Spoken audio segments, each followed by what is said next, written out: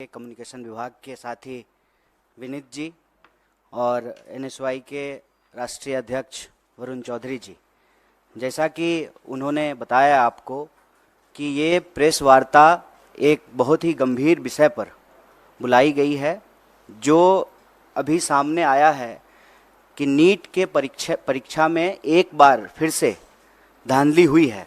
मतलब ये पहली बार नहीं हुआ है। और आप अगर इस देश में होने वाली परीक्षाओं को देखें तो लगभग अब ऐसी कोई परीक्षा नहीं है जिसमें धांधली नहीं हो रही है। मतलब विद्यार्थियों ने तो सोशल मीडिया पे ये लिखना शुरू कर दिया है कि एक बार फिर लीकेज सरकार, और बार बार परीक्षाओं में प्रश्न पत्र लीक होना, परीक्षा की जो तिथि है उसको बार बार बढ़ाना और जो वैकेंसियां हैं उसको सही समय पे नहीं भरना, ये मामले लगातार उजागर हो रहे हैं। ये इस प्रेस वार्ता में हम लोग खासकर जो नीट एग्ज़ाम में धांधली हुई है उस विषय पर बात करने के लिए यहाँ उपस्थित हैं। मैं इसमें 2-3 बात आपसे जोड़ना चाहता हूँ आपके समक्ष। अव्वल तो आप सब लोगों ने देखा होगा कि चुनाव से पहले आदरणीय प्रधानमंत्री जी परीक्षा पर चर्चा करते हैं। हमारे यहाँ कहावत है, जाके पैर न फटे बिवाई, वो क्या जाने पीड़ पड़ाई। तो चुनाव से पहले आप परीक्षा पे चर्चा करते हैं।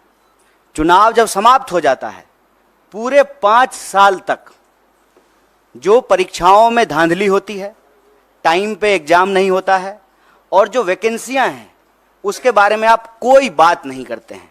मैं आपकी जानकारी के लिए बता दूं, और चुनाव के दौरान बार बार कांग्रेस पार्टी ने इस बात को उठाया कि 30 लाख पद खाली हैं और कोई ऐसा एग्जाम नहीं है यूपीएससी को छोड़ करके। अगर यही हालत रही तो मुझे लगता है कि आने वाले दिनों में यूपीएससी के एग्जाम भी सही तरीके से कंडक्ट नहीं हो पाएंगे। जिन एग्जामों में आज तक कोई गड़बड़ी और धांधली नहीं हुई थी, उन एग्जामों में भी गड़बड़ी और धांधली हो रही है। नीट का जहां तक सवाल है, इसके 3 प्रमुख बिंदु हैं। पहली बार लोग कहते हैं कि रैंक 1 2 लोग होगा, 4 लाख होगा। इस बार नीट के एग्जाम में जब आप उसके रिजल्ट को देखेंगे, 67 लोग जो है वो जो है फर्स्ट रैंकर हैं और उसमें से 720 नंबर मिला है, मतलब 100% मार्क्स मिला है। जब इस सवाल को उठाया गया तो एनटीए के डायरेक्टर ने कहा कि ग्रेस दे करके जो है इनको हम फुल मार्क्स दे दिए हैं। तो उसके क्या नियम है, उसकी क्या ट्रांसपेरेंसी है, किस आधार पे जो है आपने 720 में से 720 दे दिया। और इस देश की सबसे प्रतिष्ठित जो मेडिकल इंस्टीट्यूट है एम्स, वहां पर 50, 60, 65 लोगों को एडमिशन होता है। अब आप ये समझ लीजिए कि जिनका रैंक 1 है, जिनको 100 में से 100 मार्क्स आया है, उनका भी एडमिशन एम्स में नहीं होगा। तो पूरी तरह से इन्होंने इस देश के एग्जामिनेशन सिस्टम को मजाक बना दिया है। कारण क्या है कि वही खुद अगर पढ़े होते, एग्जाम दिए होते, एग्जाम हॉल में बैठे होते तो समझ में आता कि एग्जाम स्टूडेंट के लिए कितना इंपॉर्टेंट है, वैकेंसी स्टूडेंट के लिए कितना इंपॉर्टेंट है, एडमिशन होना स्टूडेंट के लिए कितना इंपॉर्टेंट है।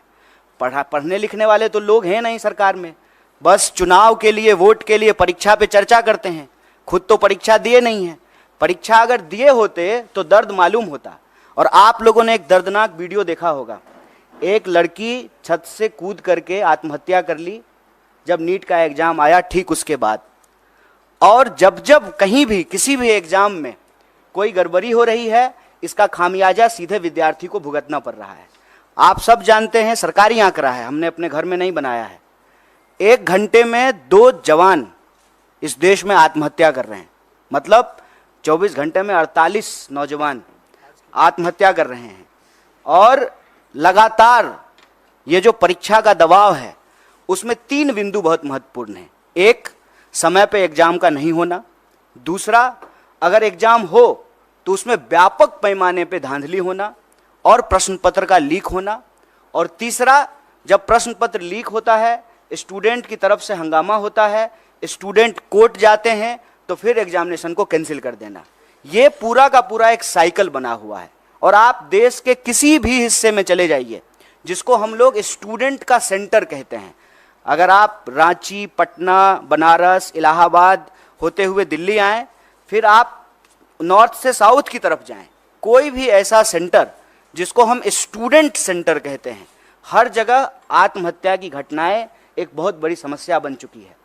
राजस्थान में हमारी सरकार ने इसको गंभीरता से लिया और काउंसलिंग करने के लिए, हेल्प प्रोवाइड करने के लिए हमारी सरकार ने योजना बनाई। और आप सबने देखा होगा इस बार के भी न्याय पत्र में हम भर्ती विधान लेकर के आए हैं, और भर्ती विधान में हम 3 बात प्रमुखता से कह रहे हैं। एक, सारी वैकेंसी भरी जाएगी, सारी वैकेंसी।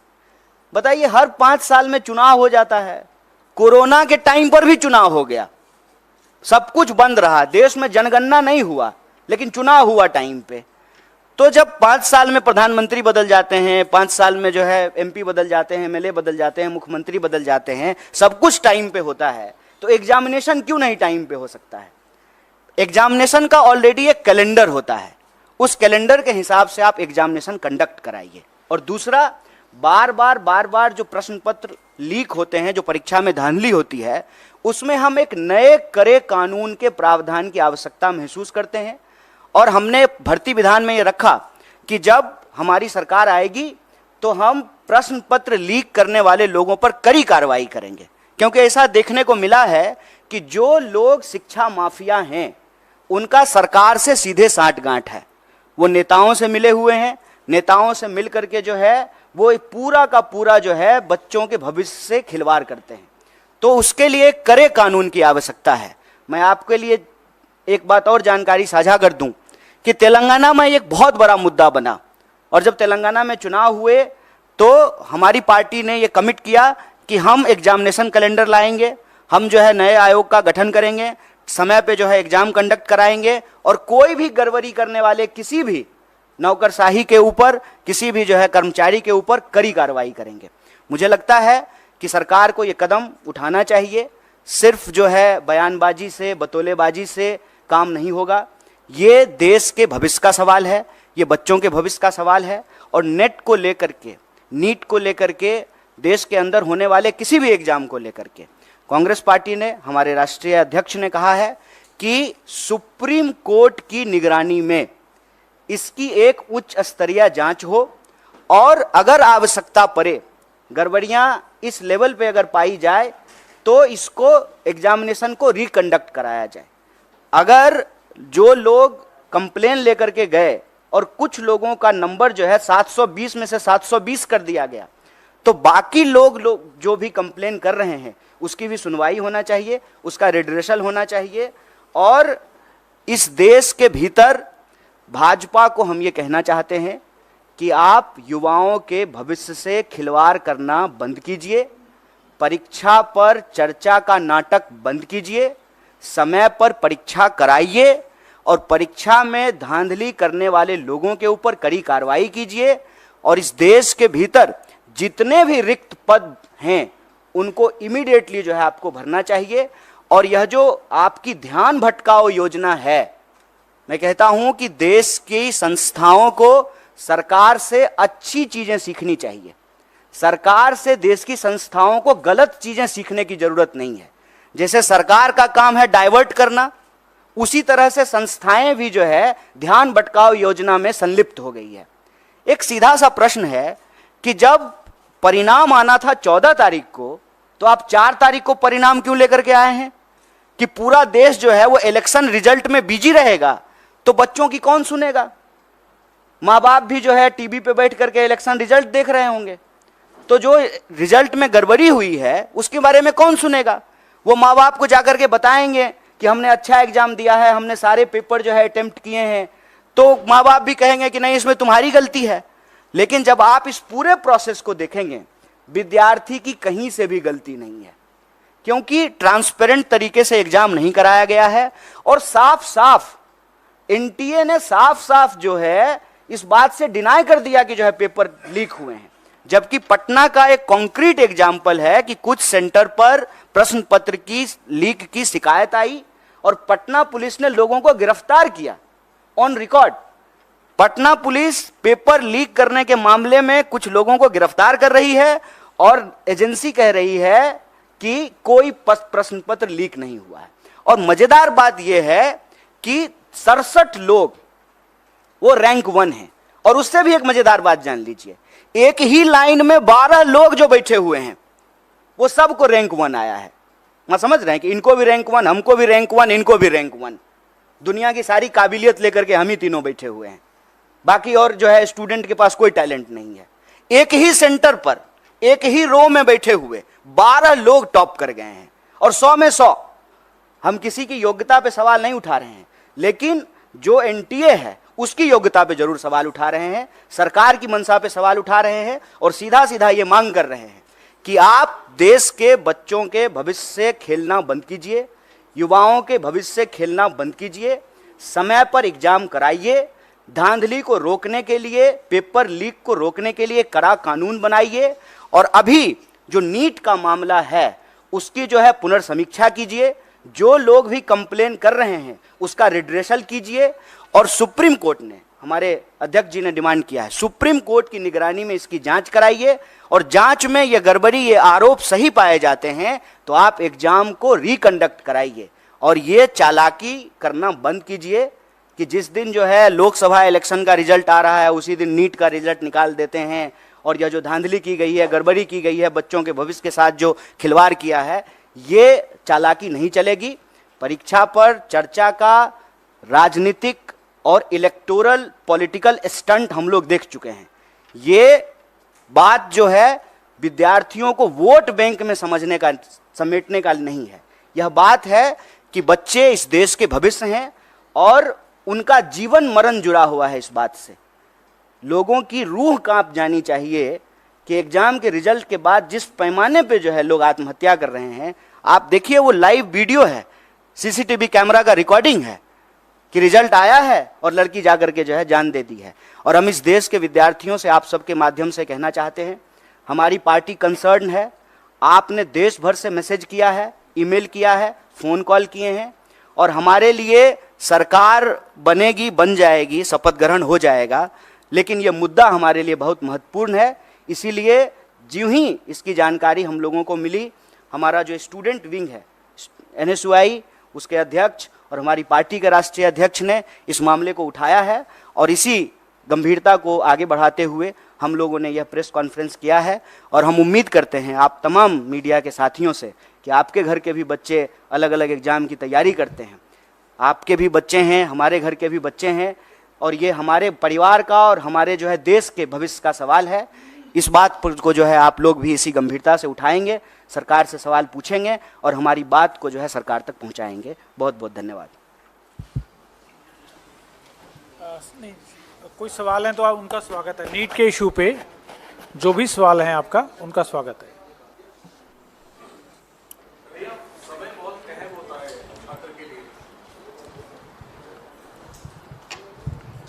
समय बहुत अहम होता है छात्रों के लिए, और खासतौर पे उनके लिए जो प्रभावित हैं, जिस तरीके से गंभीर सवाल उठ रहे हैं, आप लोगों ने भी उठाया है।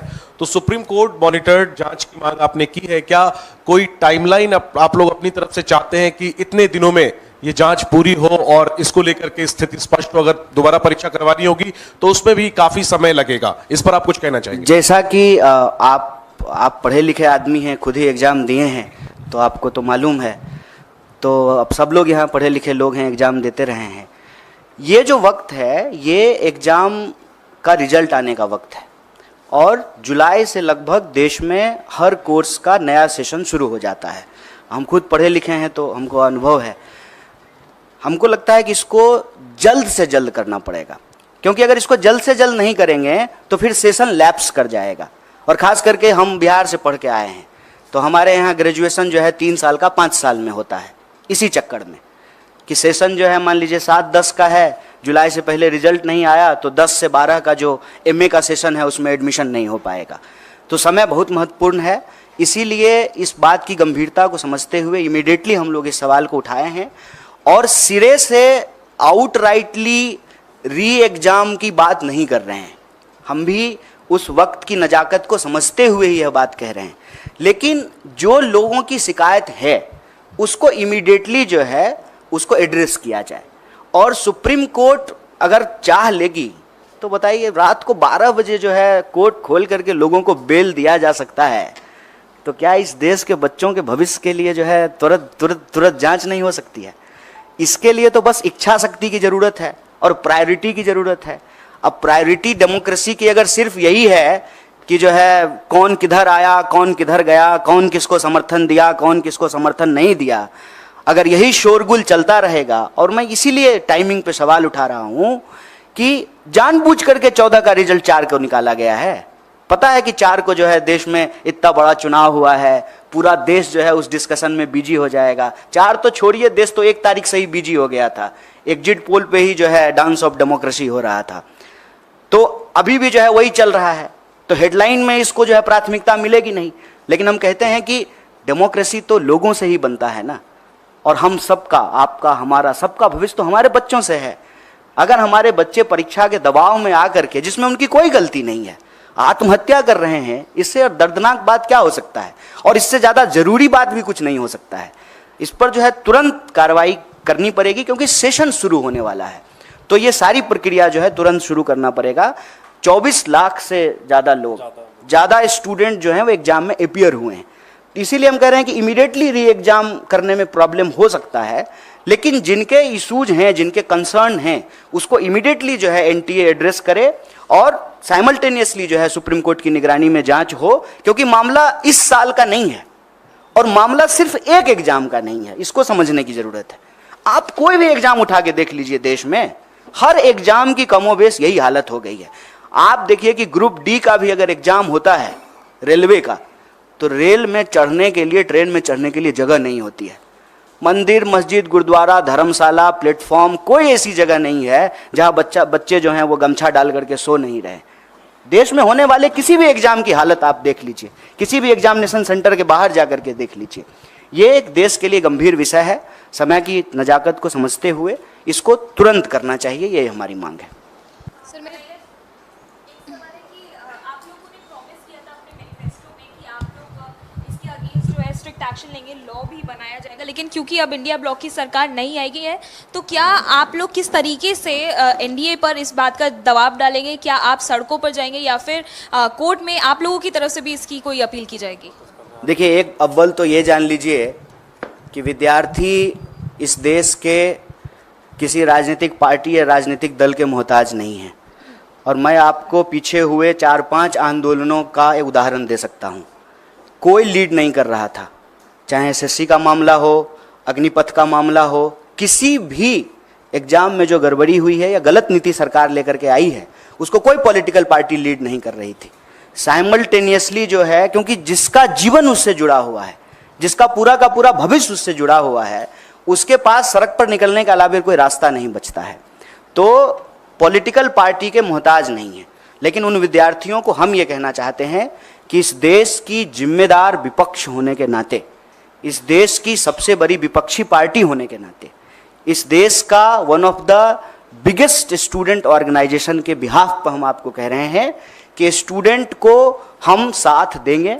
और हमारे लिए एक गंभीर विषय है, चुनाव पर चर्चा करने की बजाय, सरकार बनेगी कि नहीं बनेगी इसकी चर्चा करने की बजाय, अगर हम नीट के सवाल को प्राथमिकता दे रहे हैं तो आप हमारा कंसर्न समझ सकते हैं। हमारी सरकार नहीं बनी है, ठीक बात है। हमारी सरकार अगर बनी होती तो ये प्रेस कॉन्फ्रेंस करने की ज़रूरत ही नहीं पड़ती।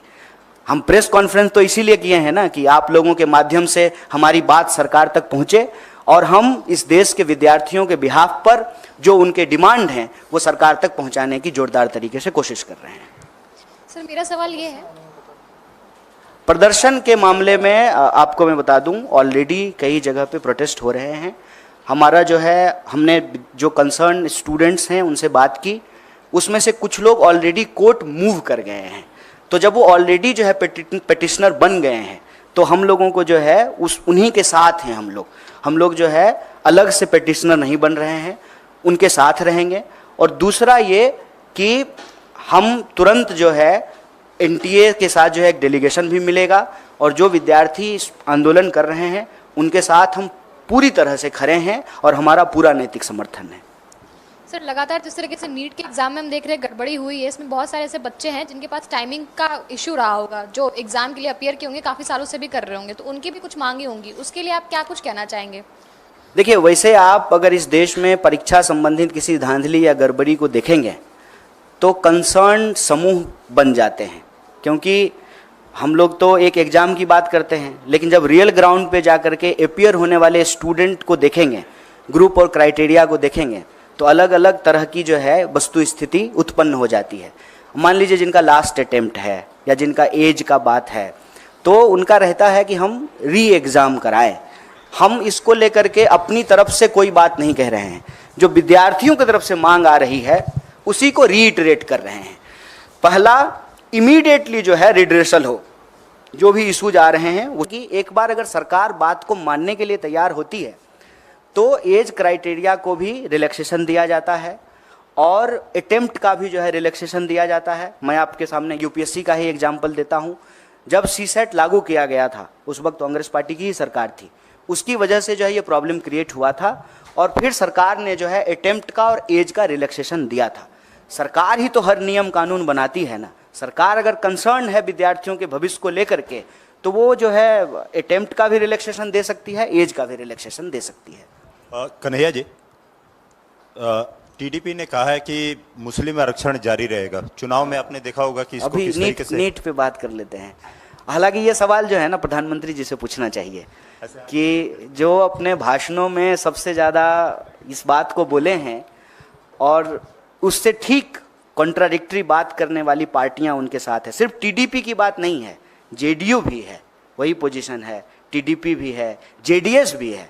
इनफैक्ट आपको मालूम है कि कर्नाटक में जो है जेडीएस ने ही सबसे पहले इसकी शुरुआत की थी। तो ये सवाल मेरे ख्याल से भाजपा के प्रवक्ता और आदरणीय प्रधानमंत्री जी से पूछा जाना चाहिए। और कोई सवाल? बहुत बहुत धन्यवाद आप सबका।